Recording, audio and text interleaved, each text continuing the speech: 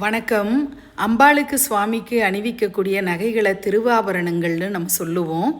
4 கிரீடங்கள் வாசினி பாப்பாவுக்காக வாங்கியிருக்கேன். ஒரு பதக்கம் வாங்கியிருக்கேன். அதெல்லாம் தான் என்ன அப்படின்னு இந்த வீடியோவில் நீங்கள் பார்க்க போகிறீங்க. முதல்ல பதக்கத்தை பார்த்துடலாம். ரெட்டைக்கிளி பதக்கம், ரெட்டை பக்ஷி பதக்கம் அப்படின்னு சொல்லுவாங்க. இந்த பேரெல்லாம் ஒன்றொன்னா நான் இப்போ தான் தெரிஞ்சுக்கிறேன், கேள்விப்படுறேன். இதுக்கு முன்னாடி இந்த மாதிரி பதக்கங்களை ஆழமாக கவனித்தது கிடையாது. சுவாமியுடைய முகத்தையும் அம்பாளுடைய முகத்தையும் பார்க்குறதுலையே பொழுது சரியாக போயிடும். இப்போ இந்த பதக்கங்களை ரொம்ப ஆசையாக பார்க்குறேன். இதில் சிவப்பு கல், பச்சை கல், அப்புறம் முத்துக்கல் இதெல்லாம் கோர்க்கப்பட்டிருக்கு. ரொம்ப நீட்டான ஃபினிஷிங்கில் வெள்ளியில் செஞ்சு அதை கோல்டு டிப் பண்ணியிருக்காங்க. ரொம்ப அழகாக ஆசையாக வாங்கினது. ஏன்னா பறவை எனக்கு பிடிக்குங்கிறதுனால வாசினி பாப்பாவுக்கு முதல்ல வாங்குறதும் பறவை போட்டு இருக்கிறது ஒரு சென்டிமெண்டலான ஒரு விஷயமா இருக்குது. அடுத்து நம்ம கிரீடங்களை பார்க்கலாம். மதுரை மீனாட்சிக்கு அணிவிக்கக்கூடிய கிரீடம் தான் இந்த முத்து கிரீடம். இந்த முத்து சாயக்கொண்டை கிரீடம் அப்படின்னு சொல்கிறாங்க. இந்த கிரீடம் பார்த்திங்கன்னா இதில் நெற்றி பட்டை மாதிரி, திருநீற்று பட்டை இருக்கிற மாதிரி ஒரு பக்கமும் முத்துக்களால் அழகாக டிசைன் பண்ணியிருக்காங்க. இது ஃபைபர்லெஸ் அந்த கிரீடத்தை செஞ்சு அது மேலே முத்துக்களால் கோத்த மாதிரி அழகாக பண்ணியிருக்காங்க. அந்த பீட் ஒர்க்ஸை ரொம்ப சூப்பராக நீட்டான ஃபினிஷிங்கில் அழகாக பண்ணியிருக்காங்க. அங்கங்கே பச்சை சிவப்புன்னு கற்கள் பதிச்ச மாதிரி பண்ணியிருக்காங்க. உள்ளேயும் நல்ல ஃபினிஷிங்கில் சிவப்பு கலரில் வெல்வெட் சுற்றியிருக்காங்க. அதாவது ஃபைபரில் மோல்டு மாதிரி செஞ்சு நம்ம வாசினி பாப்பாவுடைய தலையோட சைஸுக்கு செஞ்சு அதுக்கப்புறம் மேலே ப்ளூ கலர் வெல்வெட்டு துணி அதில் நிறைய பீட்ஸ் எல்லாம் வச்சு ரொம்பவே அழகாக நேர்த்தியாக பண்ணியிருக்காங்க. மதுரை மீனாட்சி அம்மன் அணிந்திருக்க ஒரு கிரீடம் அது ஒரிஜினலான கிரீடம். இது ஒரு மினியேச்சர் குட்டியாக ஒரு கிரீடம். அடுத்தது தங்க கிரீடம் பார்க்குறீங்க. இது ஒரிஜினல் தங்கம்லாம் இல்லைங்க, காப்பரில் செஞ்சு கோல்டு டிப் பண்ண மாதிரி, அதாவது பாலிஷ் தான், கோல்டு பாலிஷ் தான் பண்ணியிருக்கோம். ஸோ இந்த கிரீடம் மேட் டு ஆர்டர், கஸ்டமைஸ்டாக பண்ணது. பொதுவாக டயமீட்டர் 2.5 இன்ச்சு இருந்ததுன்னா ஹைட்டு ஒரு 4-4.25 இன்ச்சு வச்சு நல்ல உயரமாக இந்த கிரீடம் இருந்தால் தான் மாலையெல்லாம் அணிவிக்கும்போது மாலையை தாண்டி அந்த கிரீடம் உச்சியில் தெரியும். அந்த மாதிரி நகாசு வேலைகள் செய்யப்பட்டு கல் எதுவுமே இல்லாமல் பிளெயினான தங்க கிரீடம் தான் இப்போ நீங்கள் பார்க்குறீங்க. இந்த கிரீடம் நான் இங்கே சென்னையில் தான் ஆர்டர் பண்ணி வாங்கினது. உள்ளெல்லாம் பார்த்திங்கன்னா காப்பர் ஃபினிஷ் உங்களுக்கே தெரியும். ஸோ ரொம்ப அழகாக நமக்கு இந்த பாலிஷ் ஒரு 10 வருஷத்துக்கு தாங்கும்னு சொல்கிறாங்க. அந்த அளவுக்கு குவாலிட்டியான ஒரு கிரீடம் தான். நல்ல வெயிட்டாக செஞ்சு வாங்கி வச்சுருக்கேன். அடுத்து இன்னொரு கிரீடம். இது நேர்கொண்டை கிரீடம் அப்படின்னு சொல்கிறாங்க. இதுவும் மதுரையில் மீனாட்சி அம்மன் அணிந்து கொள்ளக்கூடிய கிரீடம் தான். சிவப்பு, பச்சை, நீலக்கல், அங்கே சூரியன் சந்திரன்னு அந்த பிரபையெல்லாம் இருக்கிற மாதிரி வச்சு அழகாக நெற்றி சுட்டிலாம் வர்ற மாதிரி இந்த கிரீடம் பார்க்குறதுக்கு ரொம்ப அழகாக இருக்குது. பெருசும் சின்னதுமாக முத்துக்கள் பதிச்சிருக்கிற மாதிரி அழகாக இதுவும் ஃபைபரில் செஞ்சு அந்த ஃபினிஷிங் ரொம்பவே அழகாக கொண்டு வந்திருக்காங்க.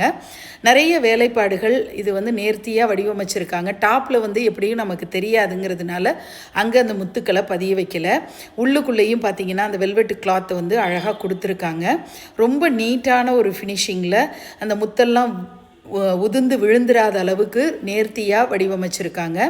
இந்த கிரீடம், இந்த மாதிரியான முத்துக்கள் கிரீடம் எல்லாம் நாகப்பட்டினத்துலேருந்து வந்திருக்குங்கிறதும் குறிப்பிடத்தக்கது. அங்கே தான் ஆர்டர் செஞ்சுருக்கேன். நான் பிறந்த ஊர்லேருந்து நம்முடைய வாசினி பாப்பாவுக்காக கிரீடங்கள் வர்றது எனக்கு ரொம்பவே சந்தோஷம். இப்போ நீங்கள் பார்க்குற இன்னொரு கிரீடம் தெய்வானை கிரீடம்னு சொல்லுவாங்க. இந்த தெய்வானை கிரீடத்துக்கும் நம்ம மீனாட்சி அம்மன் கிரீடத்துக்கும் உள்ள வேற்றுமை ரொம்பவே சின்ன வேற்றுமையாக தான் இருக்கும். நெத்திப்பட்டையெல்லாம் இருக்காது.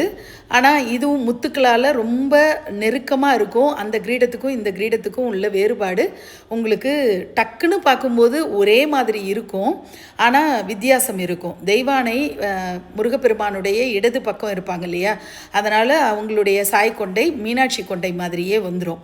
இதே வள்ளின்னா வலது பக்கம் கொண்டை சாய்ஞ்சி வரும். அதனால் தெய்வானை கொண்டைன்னு சொல்லுவாங்க. இந்த கிரீடங்கள்லாம் மதுரையில் ஒரிஜினல் தங்கத்தில் கல்லெல்லாம் ரொம்ப ப்ரெஷியஸ் ஸ்டோன்ஸில் செஞ்சு பயங்கர பணக்காரி, பேரரசி, சக்கரவர்த்தினி இல்லையா, அங்கே வேறு லெவலில் இருக்கும். நான் மினியேச்சராக அழகாக குட்டியாக செஞ்சு வச்சிட்ருக்கேன் நம்ம வாசினி பாப்பா சைஸுக்கு.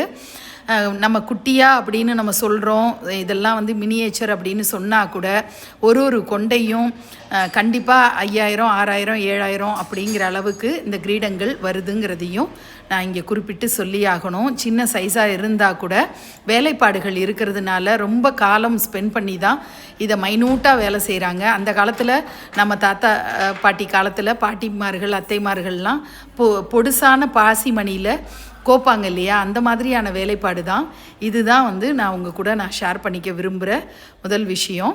அடுத்து நம்ம பௌர்ணமி பூஜையை பார்க்கலாம். கார்த்திகை பௌர்ணமி நல்வாழ்த்துக்கள். பிள்ளையார் பூஜைக்காக பூக்களும், வாசனி பாப்பாவுக்கு பூஜை செய்கிறதுக்காக அர்ச்சனைக்கு பூக்களும் எடுத்து வச்சுருக்கேன். வாசனி பாப்பாவை உயரமாக வச்சுருக்கிறதுனால பாதத்தை மட்டும் வச்சு பாவனையாக இங்கே பூ போட்டு அர்ச்சனை பண்ண போகிறேன். சம்பங்கியில் அழகாக பாதத்துக்கு பூ மாலை சுற்றி வச்சுருக்கேன். பிள்ளையார் வெள்ளியில் வாங்கின பிள்ளையாரை இன்றைக்கி முதல் முறையாக பூஜையில் வைப்போம் அப்படின்னு சொல்லி அவருக்கும் சம்பங்கி பூ கட்டி போட்டிருக்கேன். பாயசம் நைவேத்தியத்துக்காக எடுத்து வச்சுருக்கேன். ஊதுபத்தி, சாம்பிராணி, சூடம் எல்லாம் எடுத்து வச்சுட்டு, விபூதி, சந்தனம், குங்குமம்லாம் எடுத்து வச்சுட்டேன். இப்போது வாசனி பாப்பாவுக்கான அலங்காரத்தை பார்க்கலாம். இன்றைக்கி தங்க கிரீடத்தில் ஜொலிக்கிற மாதிரி அழகாக பண்ணியிருக்கேன். தங்க கிரீடம் சாத்தி அருமையாக நெற்றியில் அரகஜா வச்சுக்கிட்டு, கன்னத்துலேயும் திருஷ்டி போட்டு வச்சுக்கிட்டு, ஒரே ஒரு பெண்டன்ட் மட்டும் போட்டு, அந்த ரெட்டபக்ஷி பெண்டன்ட்டை நான் வேறு ஒரு அக்கேஷனில் போட்டு விடலான் இருக்கேன். கொஞ்சம் கிளியை கையில் வச்சுக்கிட்டு அருமையாக அரளிப்பூ, சாமந்தி இதெல்லாம் சேர்த்த அழகான மாலை, ரெட்டை மாலையாக போட்டு 2 பக்கமும் குத்து விளக்குகள் ஜொலிக்க பாப்பா தகன்னு ஜொலிக்கிறாங்க.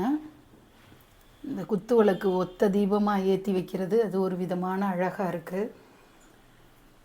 கார்த்திகை நிறைவாகி இன்றைக்கி அழகாக தேய்ச்சி சூப்பராக இன்றைக்கி விளக்கேற்றி வச்சாச்சு.